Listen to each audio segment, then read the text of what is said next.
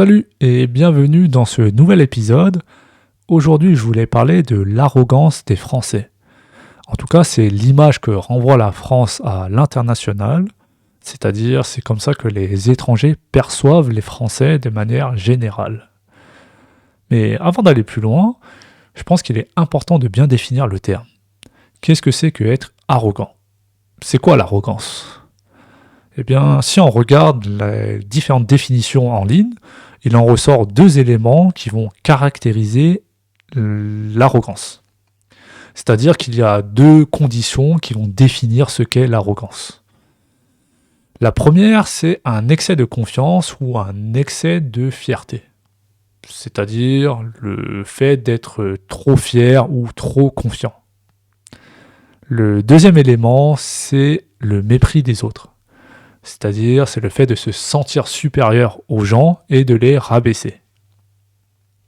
On peut donc dire qu'une personne arrogante, c'est une personne qui va se sentir tellement en confiance, qui va se sentir trop fière d'elle-même, au point de se sentir supérieure aux gens et de les rabaisser et de leur manquer de respect.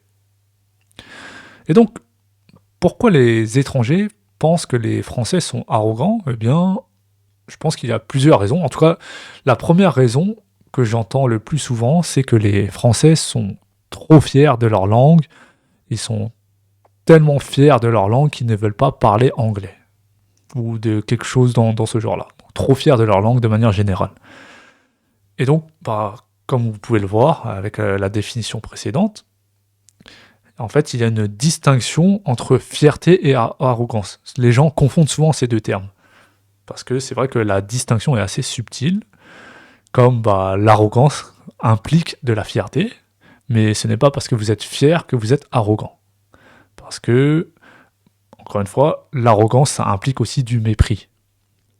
Et donc, ce n'est pas parce que vous êtes fier, encore une fois, que vous êtes arrogant.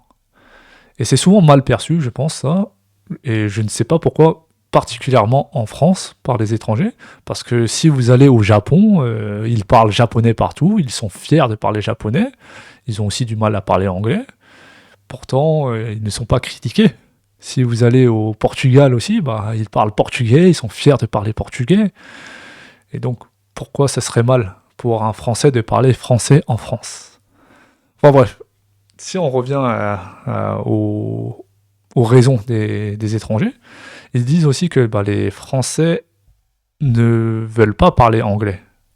Après ça, je pense que c'est plutôt des histoires de cas par cas, parce que dans la majorité des cas, en tout cas dans les petites villes et moyennes villes, les Français ne sont pas très bons pour parler anglais. Même s'ils peuvent vous comprendre, parler c'est une autre histoire. Parce que les gens pensent que oui, il a compris ce que j'ai dit, mais il ne veut pas me parler en anglais. Mais peut-être c'est pas qu'il ne veut pas, c'est tout simplement qu'il ne peut pas.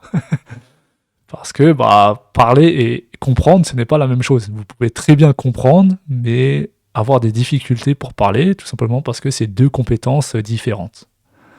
Après, c'est vrai qu'il y a certains cas, encore une fois, c'est peut-être ces cas qui sont plus parlants et qui font en fait une mauvaise réputation, qui créent cette mauvaise réputation. Il y a des serveurs notamment ou des vendeurs qui peuvent effectivement parler anglais, mais qui refusent de parler anglais et qui commencent à avoir une attitude un peu méprisante, à dire des choses comme « oui, on est en France, vous devez parler français, je ne vais pas vous servir si vous parlez autre chose que le français, etc. » Donc ils vont commencer à manquer de respect aux gens. Et ça, oui, dans ce cas précis, c'est de l'arrogance. Enfin bref. Concernant une autre raison, les gens disent aussi que les Français sont arrogants parce qu'ils nous corrigent. Ils nous corrigent sur nos erreurs, ils nous reprennent sur nos erreurs. Par exemple, je vois souvent ce type de témoignage. Oh, oui, le Français m'a corrigé sur ma prononciation, ou il m'a corrigé sur les articles, vous savez, un ou une. J'ai dit une croissant au lieu de un croissant, il m'a corrigé, etc. Et donc ils prennent ça comme de l'arrogance, alors qu'en fait ce n'est pas de l'arrogance, parce que l'idée derrière de vous corriger, c'est simplement de vous aider à vous améliorer. C'est plus une différence culturelle, je dirais, parce que quand on était jeune, quand on était petit, à l'école, le maître ou la maîtresse, donc les professeurs pour les petits, nous corrigeaient constamment, nous corrigeaient tout le temps. Parce que lorsqu'on était enfant, on parlait, on faisait beaucoup d'erreurs, et les maîtresses, maîtres, nous corrigeaient tout le temps.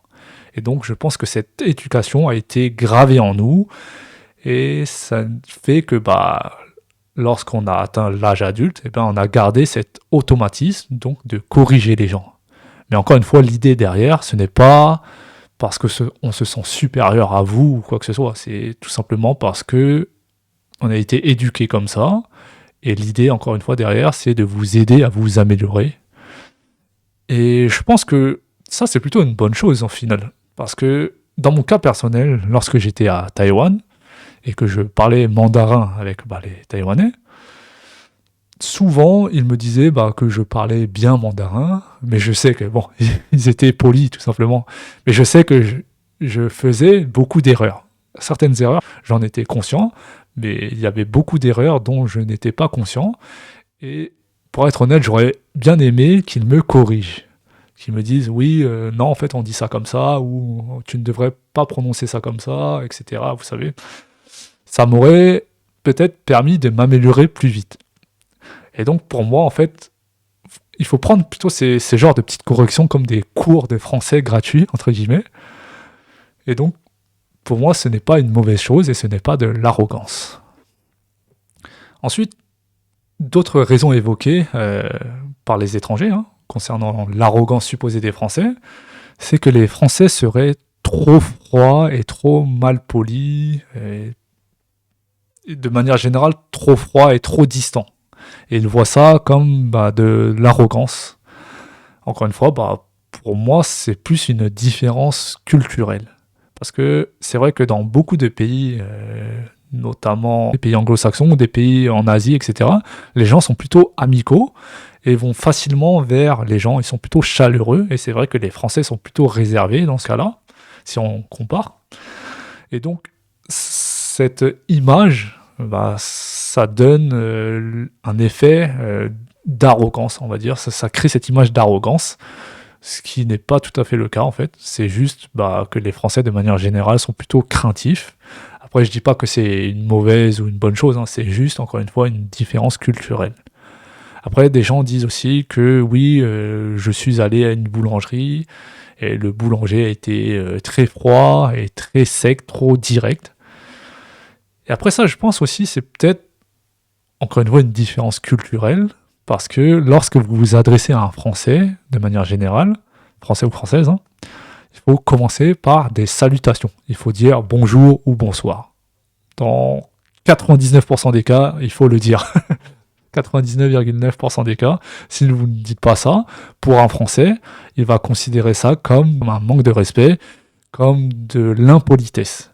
Et du coup, en retour, il va vous traiter de façon impolie, de manière irrespectueuse, un peu presque. Après, oui, je sais, c'est enfantin. Oui, je t'ai manqué de respect, entre guillemets, donc tu me manques de respect également en retour, etc. Mais bon, encore une fois, je pense que c'est plus une différence culturelle, parce que c'est vrai que dans beaucoup de pays, lorsque vous allez acheter quelque chose, vous commencez directement par dire oui, je veux telle chose, oui, je veux un croissant, oui, je veux ce plat de pâtes, etc. Je voudrais ça, etc. Il n'y a pas cette salutation, ce bonjour ou bonsoir en général.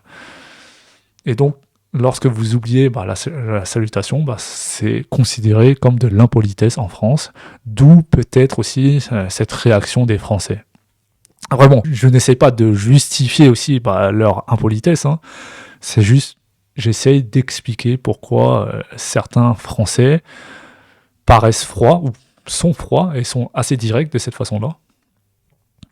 Et même, en parlant de direct, le fait de parler directement, parce que beaucoup d'étrangers disent que oui, c'est de l'arrogance, les Français sont trop directs.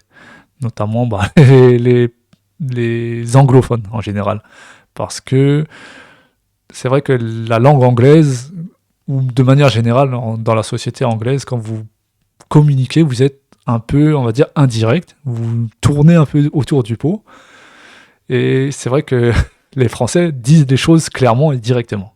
Et ça s'applique aussi, je pense, pour les pays asiatiques de manière générale, le mandarin, pardon, en Chine, donc avec la langue mandarin, pardon, ou les japonais, lorsqu'ils parlent, lorsque vous parlez, vous dites pas les choses directement. Et c'est vrai que les Français, avec la langue française, on dit les choses directement. Et donc, encore une fois, je pense que c'est plus une question de différence culturelle. Il n'y a pas vraiment d'arrogance derrière, il n'y a pas de mépris, il n'y a pas de ce sentiment de supériorité derrière. Voilà, c'était un peu brouillon, je l'admets, je suis un peu parti dans tous les sens avec mes exemples et tout ça. Enfin bref, dites-moi en commentaire si vous avez déjà fait face à des situations où vous vous êtes senti un peu mal à l'aise, ou si vous avez eu des difficultés avec des Français de manière générale. Voilà, c'est tout pour aujourd'hui.